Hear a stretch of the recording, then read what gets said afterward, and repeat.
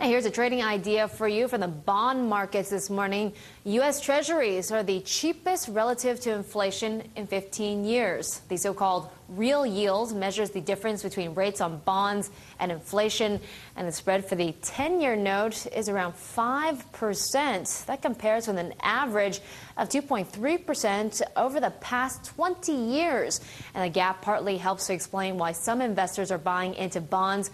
Only a week ago, Pimco, which manages the world's biggest bond fund, said it would buy 5 to 10-year treasuries as yields were near the top of their expected range. Now, to argue against this investment, we have Ray Attrill, Global Research Director of Forecast, and he joins us this morning from Sydney. And Ray, there's a lot of bulls in the bond market, but there's also a lot of bears as well, especially as you see a lot of supply coming onto the market, which is one reason why you're saying to go against this investment. But what about those real yields that we talked about? Aren't they attractive enough to maybe allay those concerns?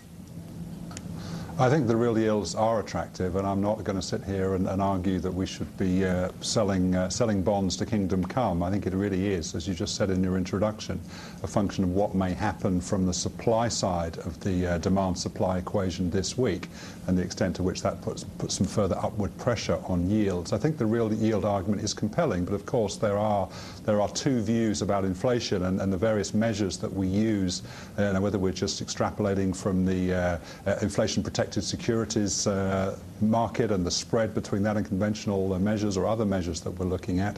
That's like, if you like, the market's collective view of inflation, but within that there are some very diverging views. And for those that really feel that the Fed is going to struggle to unravel its balance sheet in 2 to 3 years' time, and that may be the harbinger of a rise in inflation. Remember, we're talking about inflation over a 5 to 10-year horizon, not current or short-term prospective inflation rates. Then I think there is still reason to be cautious. So, and also nominal yields are very low in an environment of rising equities. Then, we'd expect to see money coming out of bonds elsewhere.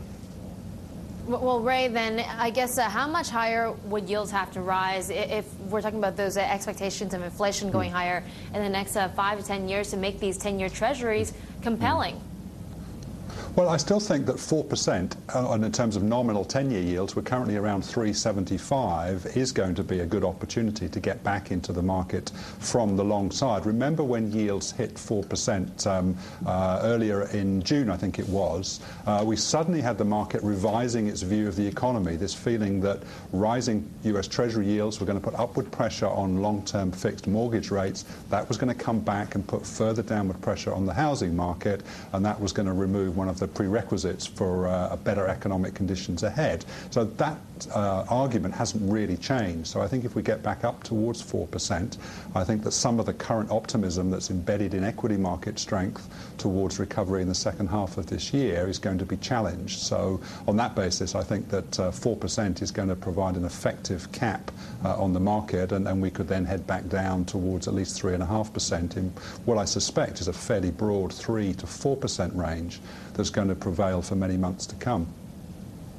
Well, you mentioned the equity markets and its effect on the bond markets. I was talking to one investor who said that because he's expecting a correction in the equity markets, 4% yields coming in September looks pretty good. Yeah, I mean, obviously, one's got to take a view on whether there is this equity market rally has legs, really. I mean, if you think about it, we've tested it looked like we were in for a downside breakout looking at, say, the S&P 500 just a couple of weeks ago, and we've obviously bounced back in the range as the Q2 earnings season has unfolded, and now, of course, we've poked out at the top of that range above 950 on the S&P, and it looks on, certainly looking at last night's New York close, you'd have to say that we're set up for a test of the 1,000 level, and I think the price action around there is going to be really important, because if we can sustain a break there, then looking at the charts, who's to say we couldn't have another 20% rally before the third quarter is over? But if we do stall and start to head back down in the range, then again I think that will again highlight the attraction of yield, certainly in real terms, if not nominal terms, and that could be the catalyst for, say, a move back down in the range on the 10-year bonds. Okay, well, Ray, let's talk about some of your recommended bond trades, because if you're like those expecting markets to rally in the next coming months, you're actually recommending shorting the 10-year U.S. Treasuries and going long on European government bonds, such as the German 10-year. What's the thinking behind this trade? Well, again, it's a relatively short-term trade, really over the next few weeks, I would say, rather than few months. And a lot of that has to do with the liquidity dynamics. So we've talked about the fact that the US has a heavy supply calendar ahead. There's the best part of $115 billion to be absorbed. We've obviously had one auction. We've still got 2-year notes, 5-year notes, 7-year notes to come over the remainder of this week. And very little money coming into the market from either coupon payments to existing bondholders or from redemptions on previous bonds. There's only about $25 billion coming into the market, over $100 billion going out. If you contrast that with the picture in the Eurozone, where you've actually got something like 40 billion euros coming into the market from from redemptions and from coupon payments, and yet we've only got about 12 to 15 billion euros worth of supply. So that supply-demand dynamic, I think, is what plays to an extension of this minor uptick in the spread between 10-year treasuries and 10-year bonds. That spread was around zero about a month or so ago. It's risen to about 20 basis points, so we've got roughly a 3.75 yield on the 10-year treasuries, about 3.5% on 10-year bonds, and I think that spread could possibly move out to about 50 basis points. So for those that are really, have no real conviction about the overall direction in the bond market, there's a relatively risk-free trade there, say based on those relative supply characteristics, that I think could pay at least modest dividends over the next couple of weeks. Well, as you mentioned, Ray, a lot of investors and money is piling into these European bonds. They're getting into the Italian ones, which are recommended by HSBC. Also, DWS is buying Irish bonds. And DK Investments' top picks are Greek bonds. So let me just ask you, around the Eurozone, which ones are you recommending to, short the U.S. Treasury and buy into these European ones?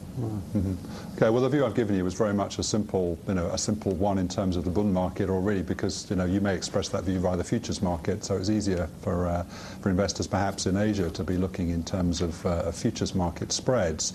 Obviously, in an environment of high risk appetite, then you're going to see spread compression. So it makes sense that some of the peripheral Eurozone bonds, you mentioned Ireland, that's an obvious one, and actually looking at something like Ireland against the UK does have some attractions. I've even heard that there is potential interest in things like Icelandic bonds, which is the first time we've heard of renewed interest in investing in Iceland for many, many months, of course.